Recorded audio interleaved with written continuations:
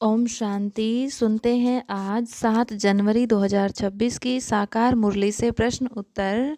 प्रश्न 1, बाप ने कौन सा कॉन्ट्रैक्ट उठाया है? उत्तर, बच्चों के अवगुण निकालने का कॉन्ट्रैक्ट एक बाप ने ही उठाया है। बच्चों की खामियां बाप सुनते हैं और उन्हें प्यार से निकालने के लिए समझानी देते हैं। इसलिए बच्चों को अपने हाथ में लोह नहीं उठाना चाहिए।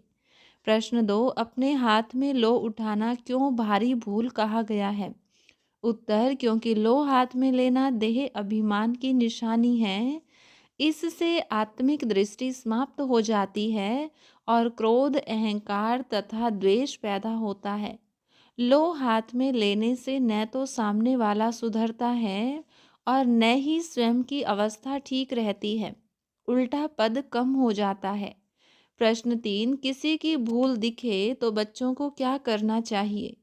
उत्तर, यदि किसी की भूल दिखाई दे तो बच्चों को सामने कुछ नहीं कहना चाहिए, न ही आपस में चर्चा करनी चाहिए। उस भूल को केवल बाप को सुनाना चाहिए, क्योंकि सावधानी देने वाला, न्याय करने वाला और सुधार करने वाला एक ही बाबा है।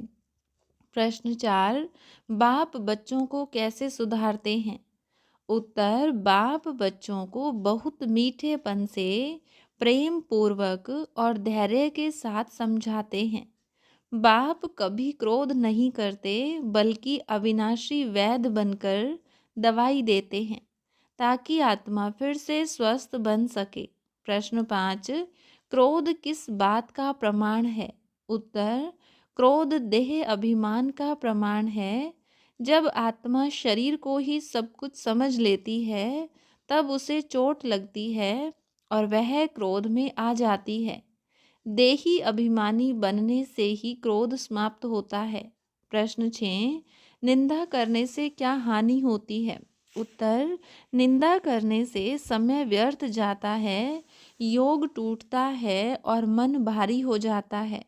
निंदा करने वाला स्वयं घाटे में चला जाता है, क्योंकि उसकी कमाई नष्ट हो जाती है और अवस्था गिर जाती है।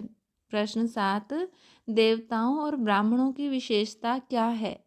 उत्तर, देवताएं कभी किसी की निंदा नहीं करते। ब्राह्मण बच्चों को भी देवताओं के समान बनना है, इसलिए उन्हें निंदा, वाद विवाद और कटु वचन से सदा दूर रहना चाहिए। प्रश्न 8, माया किससे अधिक युद्ध करती है? उत्तर, माया कमजोर से नहीं, बल्कि समर्थ पहलवान आत्माओं से लड़ाई करती है। जो अच्छे पुरुषार्थी होते हैं, उन्हीं की परीक्षा होती है, ताकि उनकी स्थिति डगमगा सके। प्रश्न 9, अच्छा पद पाने का मुख्य साधन क्या है? उत्तर, निरंतर बाप की स्मृति में रहना, श्रीमत पर चलना और दैवी गुण धारण करना ही श्रेष्ठ पद पाने का मुख्य साधन है। स्मृति में रहने से ही विजय प्राप्त होती है। प्रश्न 10, बिगड़ना किसे कहा गया है? उत्तर, बिगड़ना माना क्रोध करना, नाराज होना और श्रीमत से हट जाना। क्रोध करने से आत्मा अपनी श्रेष्ठ अवस्था खो देती है और पद भ्रष्ट हो जाता है। प्रश्न 11, बाप बच्चों को किस बात की विशेष सावधानी देते हैं? उत्तर, बाप बच्चों को सदा सावधान करते हैं कि किसी से भी वाद विवाद न करें, किसी की निंदा न करें और हर परिस्थिति में मीठेपन को बनाए रखें। प्रश्न 12, संगम युग का मुख्य कार्य क्या है? उत्तर, संगम युग पर नई दुनिया की स्थापना और पुरानी दुनिया का विनाश हो रहा है। इस समय आत्माओं को याद और दैवी गुणों द्वारा स्वयं को श्रेष्ठ बनाना है। प्रश्न 13, मुरली को मिस करना क्यों नुकसानदायक है? उत्तर, मुरली बेहद के बाप की पढ़ाई है।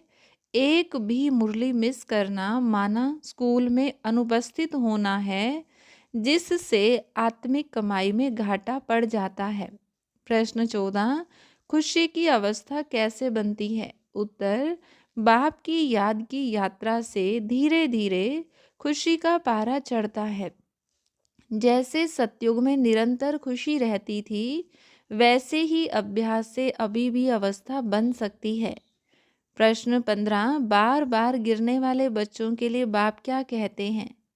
उत्तर, बाप कहते हैं कि गिरने से निराश नहीं होना चाहिए, बल्कि और अधिक पुरुषार्थ करना चाहिए, क्योंकि माया बहुत प्रबल है और हार से सारी कमाई समाप्त हो सकती है। प्रश्न 16, वास्तविक सुधारक कौन है? उत्तर, वास्तविक सुधारक एक ही बाप है। बच्चे स्वयं सुधारने वाले नहीं हैं। किसी की गलती देखने पर ग्लानि करना भारी भूल है और इससे सुधार नहीं होता। प्रश्न 17, इस ईश्वरीय पढ़ाई का अंतिम फल क्या है? उत्तर, इस पढ़ाई का फल जन्म जन्मांतर के लिए मिलता है। पढ़ाई पूरी होते ही इम्तिहान समाप्त होता है और आत्माएं नई दुनिया में अपने अपने पद को प्राप्त करती हैं।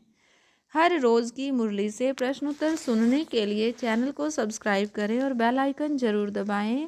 वीडियो को दूसरे भाई बहनों के साथ शेयर ज़रूर करें। ओम शांति।